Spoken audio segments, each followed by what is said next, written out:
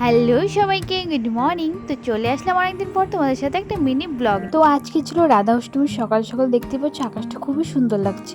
তারপর কিন্তু পারোকে সাজিয়ে দিলাম। আর পারো দেখো নিজেও কিন্তু নিজের মেকআপ করতে পারে।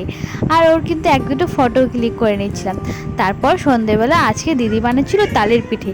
তো তালের শাঁসে কিন্তু এক এক করে চালের গুঁড়ো, আটা, ময়দা, সুজি আর চিনি মিশিয়ে ভালো করে মিশিয়ে নিচ্ছিল।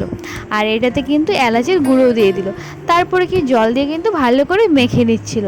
আর তোমরা কারা কারা তালের পিঠে খেতে ভালোবাসো নিজে কিন্তু কমেন্টে অবশ্যই জানাবে। আর তারপর দেখো গরম গরম তেলে তালের বড়াগুলো কিন্তু ভেজে নিচ্ছিল। আর তালের বড়া খেতে কিন্তু আমার খুবই ভালো লাগে।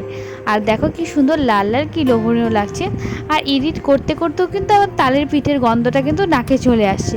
তো দেখতেই পাচ্ছ আমাদের তালের পিঠে কিন্তু ভাজা একদম কমপ্লিট। এটাকে কিন্তু তালের পিঠে বা বড়াও বলতে পারো।